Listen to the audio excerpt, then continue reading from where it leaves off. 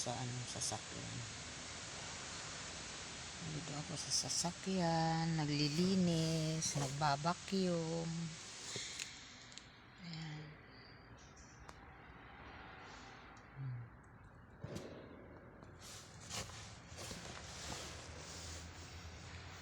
Ayun na nga, nakakapagod. Ay, pasalamat pa rin sa Panginoon at binigyan ng lakas yung aking katawan, nagising ng masigla at malakas, maayos na kalusugan. Binigyan ng maayos na pagkain. Kahit sobrang tipid sa pagkain, tinitipid ko rin guys yung binibigay nila sa akin na 3,000 a month na pang food allowance. Sobrang tipid na talaga yun. Tinitipid ko na talaga kasi pag hindi mo titipirin, pag kinuwinta mo yun 100 a day lang, yung mahal-mahal ng bigas, ang mahal-mahal ng kanin, 25 ang isang order, 20 ganyan. Yun namang 15 pesos ang isang order doon sa karinderya. Ang hirap naman, para namang nilugaw na. May halo ng parang may halong bahaw. Kaya yun, hirap, mahirap guys. Ito yung kanilang sasakyan ng aking alaga. Binabakyum ko siya sa loob kasi hindi na, pag pinaparkarwas nila to sa labas lang, hindi na sa loob kasama. Kaya yung labas, ang labas lang yung binabakyum ko. Ganun talaga, kailangan para sa pamilya sipag lang ang kailangan at pagtitiwala sa Panginoon. Ganun lang yun, pagtiwala lang tayo sa Diyos guys. Hindi naman niya tayo pababayaan, basta maging fit lang tayo sa Panginoon. Kada buntag magpasalamat ta sa iyaha nga gitagaan pa niya og pangalawang kinabuhi, kaduhang kinabuhi, kay matamantag kuan buntag, maayong atong lawas. May minsan kung masama ang pakiramdam pero kailangan mo pa rin kumilos para sa pamilya. Kaya yun, pasalamat din ako talaga sa Panginoon at hindi niya ako pinapabayaan sa lahat. May laboratory nga ako guys, pero ewan ko, hindi ko alam eh. Kasi nung last laboratory ko, okay naman, pero kailangan ko lang magpa-laboratory ngayong March. Hindi ko alam kung anong magiging na naman ito. Ang mahal kasi. Tapos ang dami pang gastusin sa school. Kailangan pang palitan yung guys, yung ng aking anak. Yung uniform niya. Kailangan pa naming palitan. Kaya yun ang problema ko ngayon. Mabuti na rin yung naka-slacks ba siya ba? Kasi mahirap kasi yung hindi siya naka-slacks. Alam mo naman panahon ngayon, marami na namang wag naman sana, palayo lang naman sana. Marami na ngayong mga siraulo na naman. Mag-iingat na lang talaga, dubling ingat na lang. Sa aking mga anak, dubling ingat na lang kayo na. Lalo na sa pagsakay ng tricycle. Huwag kayong sumakay ng tricycle na kayo-kayo lang. Kailangan marami kayo sa loob ng isang tricycle.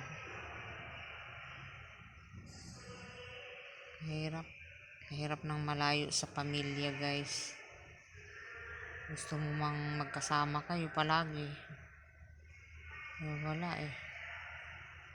Walang hanap buhay yung aking asawa, kaya yun po yung aking problema ngayon. Stress talaga ako kasi college na yung dalawa kong anak. Pero ampo lang ta sa Ginoo, guys, na maging maayos ang lahat. Inom lang tayo ng gamot na pang paano, kasi yun ay yung lifetime ko na maintenance eh. Simula nung ako ay na-opera. Ayan, guys, so magaling na yung aking operasyon, hindi siya halata. Maganda yung pagka-opera nila sa akin dun sa St. Luke's. Kaya yun, pag nandito ako sa sasakyan, yun, nakakapagpahinga ako ng konti. Pinapahinga ko yung aking katawan, paa. Kasi pag doon ako sa taas, nako, andyan na kasi yung alaga ko. Permanent na siya dyan hanggang makagraduate. Pag nakagraduate na yan siya ng college, kaya yan, nagbabar exam. Yung kasi yung usapan namin ng mama niya na kailangan ko raw samahan mo na yung kanyang anak hanggang makagraduate na makatapos. Kaya yun, hindi ko naman na hinihintay na may kapalit pa doon sa pakiusap niya sa akin. Tsaka yun, sinasahuran niya ako. Maayos naman silang magpasahod sa akin. Kaya tiis-tiis lang para sa mga anak. Kailangan talaga natin tiisin yung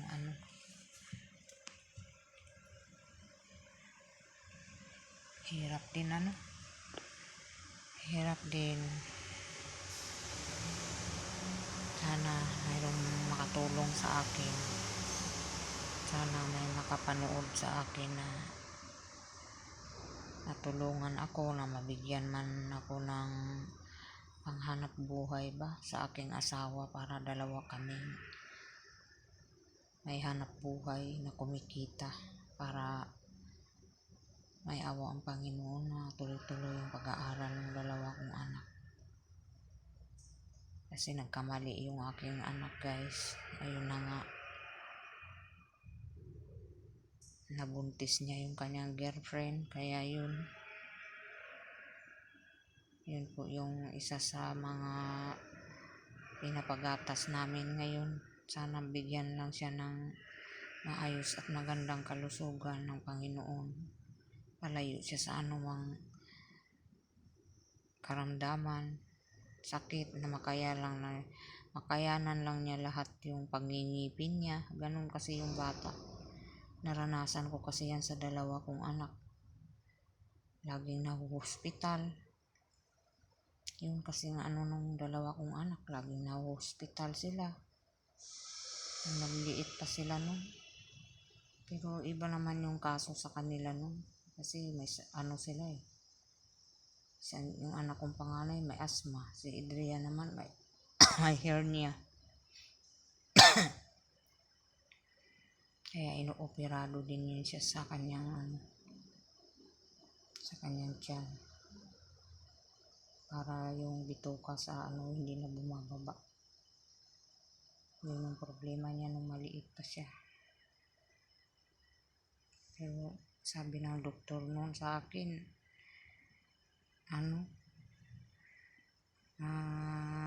sabi ng doktor sa akin noon, baka hindi na raw magkaanak. Pero alam mo bang nagkaanak siya? Ayun na nga yung 16 years old kong anak. Yun na nga, yung nabuntis na yung girlfriend niya. Yun talaga sabi ng doktor sa akin noon na ano. Pero pasalamat din ako sa Panginoon at least nagkaanak siya. Mahirap din kaya walang anak. Ayun, matagal akong nag-asawa.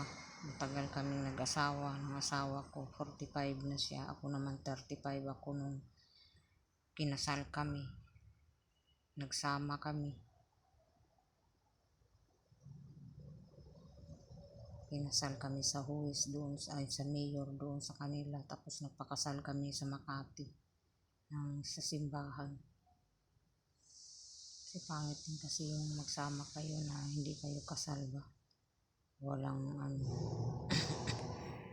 Kailangan may blessings ng Panginoon. May basbas mula sa Panginoon.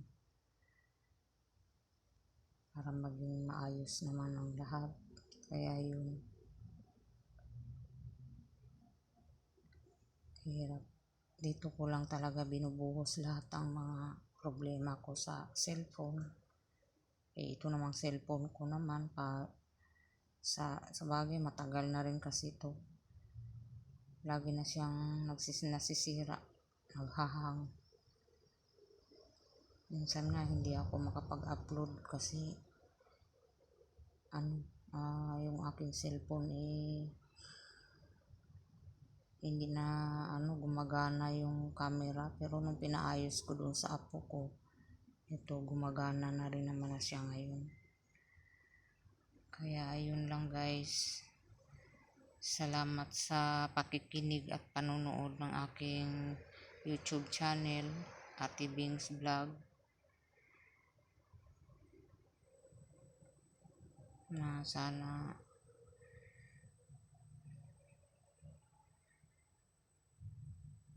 makahingi ako ng tulong kung saan man ako makahingi ng tulong. Hindi ako mahihiyang manghihingi ng tulong ngayon. Ayun yung sinasabi nila, pwede daw akong humingi ng tulong kay Daddy Frankie. Sana mapansin niya yung aking vlog at saka aking message sa kanya. Kasi siya naman yung nagsabi na sino daw yung nangangailangan ng tulong ay mag-chat lang daw sa kanya. I-chat lang daw siya doon sa comment section ng kanyang vlog. Sana mapansin niya ako at saka kay Ma'am Alex Gonzaga. Sana mapansin niya ako, mapansin nila ako. Ayun, maraming salamat guys. Mag-iingat po tayong lahat. God bless. Ang sama na naman ng ating panahon ngayon, yung ating weather, uulan, iinit, ulan, init. Mag-iingat po kayo, kailangan ng tubig, kailangan ng payong. Kaya ito ako guys, habang maglilinis, may water akong dala. Ayan. May fish towel para sa pawis. Ganun po yung aking baon. Tapos may baon din akong gamot. Dala-dala ko rin yung gamot ko guys. Ayan, maraming salamat po sa panonood ng aking YouTube channel. Please subscribe and like and share my YouTube channel. Salamat. God bless. Amping kanunay, amping takanunay sa atong lawas kay naanatay edad. Change your lifestyle lalo na sa pagkain. Mag-ingat-ingat tayong lahat sa pagkain. Ayan, more gulay, more isda. Ayan po yung ating ipalit sa ating lifestyle na pagkain sa pagkain. Kaya yun. Bye guys. God bless. Ingat tayong lahat.